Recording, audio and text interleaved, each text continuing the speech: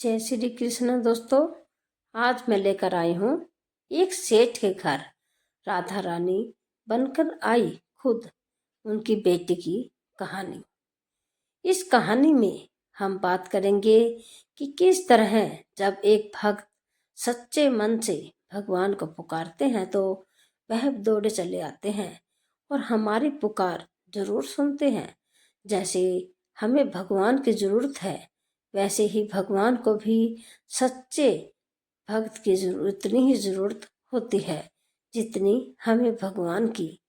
तो आज मैं आपको बताऊंगी कि अगर आपके जीवन में किसी चीज की कमी है तो उसकी जगह भगवान का भाव प्रकट करके आप जीवन से उसकी कमी दूर कर सकते हैं और आपकी परेशानी बहुत जल्दी खत्म हो जाएगी। तो आज हम बात करते हैं कि किस तरह बरसाना गांव में एक सेठ की पुत्री बनकर आई राधा रानी।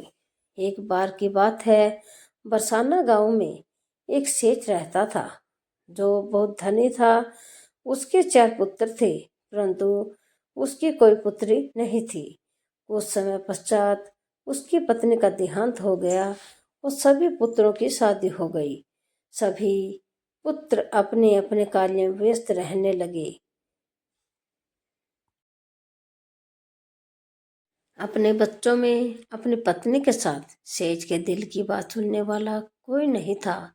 सेठ को शुरू से ही इस बात का बहुत दुख था कि उसकी कोई पुत्री नहीं है, लेकिन अब उसकी पत्नी की मृत्यु के बाद उसको यह दुख और सताने लगा और वह इस बात को लेकर परेशान रहने लगा कि उसकी कोई पुत्री नहीं है।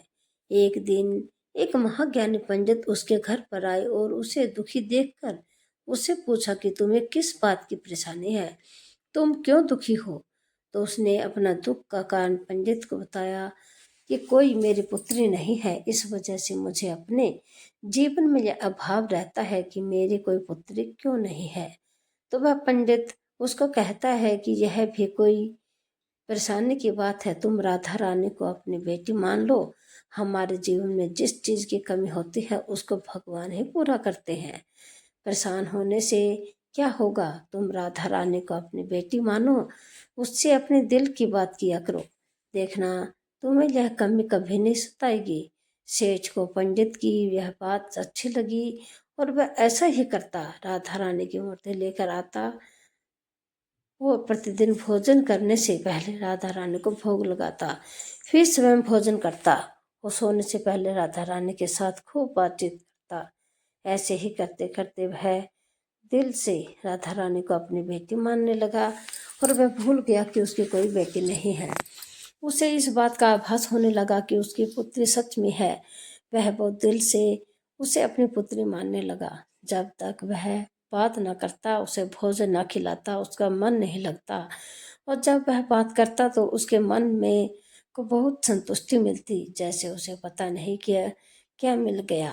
तो एक दिन सेठ के घर एक चूड़ी बेचने वाली मनियारन आती है और वह उसकी बहुओं को चूड़ी पहना कर जाती थी। एक दिन वह चूड़ी बेचने घर पर आई। उसने सेठ के बेटे की 4 बहुओं को चूड़ी पहनाई। उसके साथ जब सेठ की बहुएं चूड़ी पहनकर चली गई तो उसके सामने एक और कन्या आई। उसने कहा कि मुझे भी चूड़ियां पहना दो।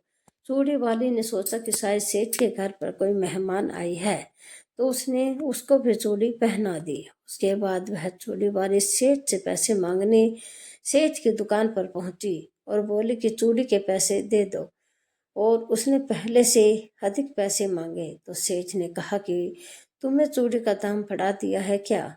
तो उसने कहा नहीं, मैंने चूड़ी का दाम तो नहीं बढ़ाया, परंतु आज मैं 5 को चूड़ी पहना कर आई हूँ। उसने कहा मेरे घर पर तो 4 ही बहुएं हैं। तो उसने कहा नहीं, मैंने आज 5 को चूड़ी पहनाई है। सेठ ने कहा कि तुमसे कोई गलती हुई है, मेरे घर पर तो चूड़ी पहनने के लिए मेरी सिर्फ 4 बहुएं हैं।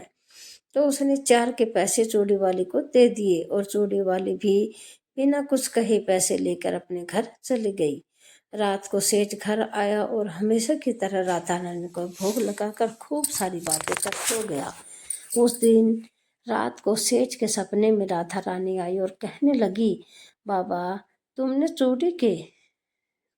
मेरी चूड़ी के पैसे क्यों नहीं दिए? जब तुम मुझे अपनी बेटी मानते हो, तुमने मेरी चूड़ी के पैसे क्यों नहीं दिए? और ऐसा कहकर एक लाडली बेटी की तरह रोने लगी। यह सब देखकर सेठ की आंख खुल गई और वह भी रोने लगा। जब सुबह हुई तो वह चूड़ी वाले के घर गया और बहुत सारी स्वर्ण मुद्राएं उसके पैरों में रख दी। और उसने बताया कि तुम कल सच बोल रही थी। तुमने कल 5 को ही चूड़ी पहनाई थी। मैंने राधा रानी को अपनी बेटी माना है।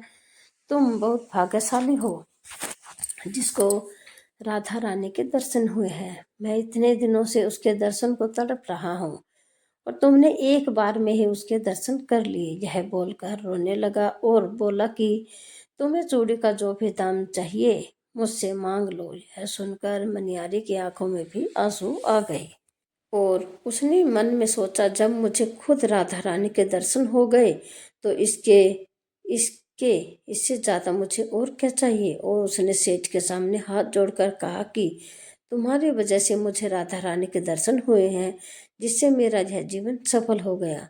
मुझे कुछ नहीं चाहिए। तो देखा कि जब हम भगवान को दिल से पुकारते हैं तो उसकी पूजा अर्चना करते हैं तो वह कैसे हमारे पास दौड़े चले आते हैं। आशा करती हूँ आपको यह कहानी बहुत अच्छी लगी होगी और आप भी अगर किसी वस्तु को लेकर परेशान है तो भगवान से प्रार्थना कर सकते हैं। वह आपकी प्रार्थना जरूर सुनेंगे। अगर यह कहानी आपको अच्छी लगी है तो आप हमारे चैनल को लाइक करें, सब्सक्राइब करें और शेयर जरूर से जरूर कीजिए।